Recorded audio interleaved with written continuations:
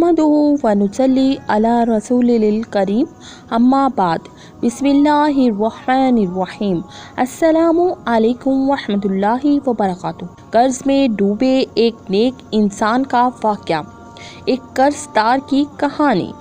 मोहतरम नाज़रीन, किताबों में एक अजीब वाक़या लिखा हुआ है कि एक बुजुर्ग पर बहुत सारा कर्जा हो गया। इनके कर्ज की अदायगी का कोई इंतजाम नहीं हो रहा था और इनका आखिरी वक्त आ पहुंचा।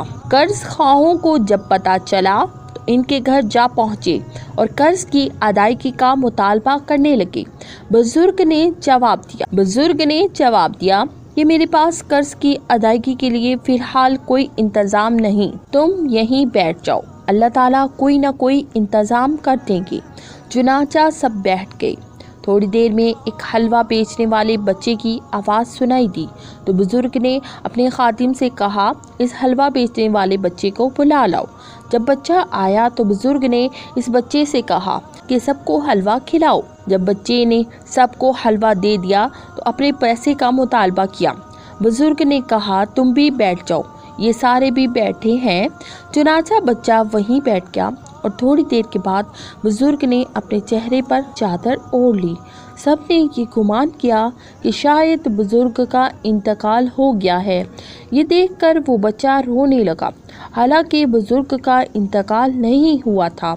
कुछ देर बाद दरवाजे पर किसी ने दस्तक दी तो कोई साहब आए और बुजुर्ग को थैली पेश की। बुजुर्ग ने अपने खादिम से कहा कि थैली में से रकम निकालकर सारे कर्ज खाओं को अपना कर्ज अदा करो। खादिम ने इन कर्ज खाओं से पूछा, तुम्हारा कितना कर्जा है? इतनी रकम निकालकर थैली में से पेश कर दी। आखिर में हलवा बेचने वाले बच्चे से पूछा, तेरी कितनी रकम है? इसने बता दिया और थैली में से रकम निकालकर पेश आवर थैली खाली हो गई।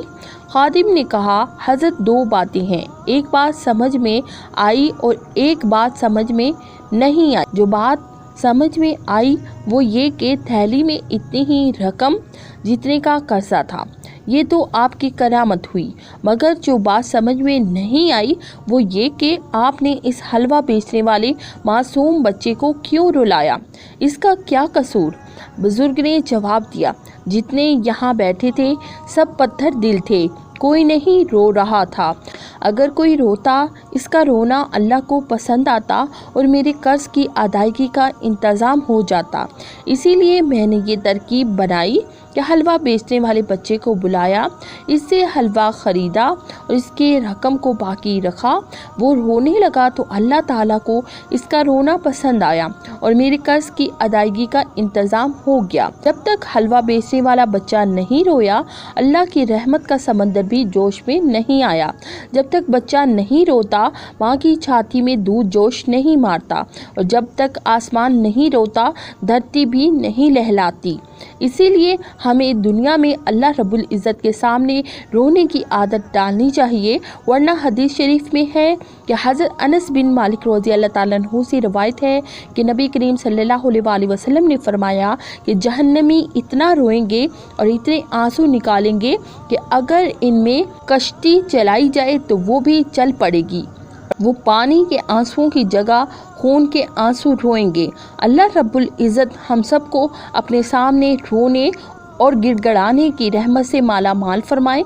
आमीन या रब्बुल आलमीन।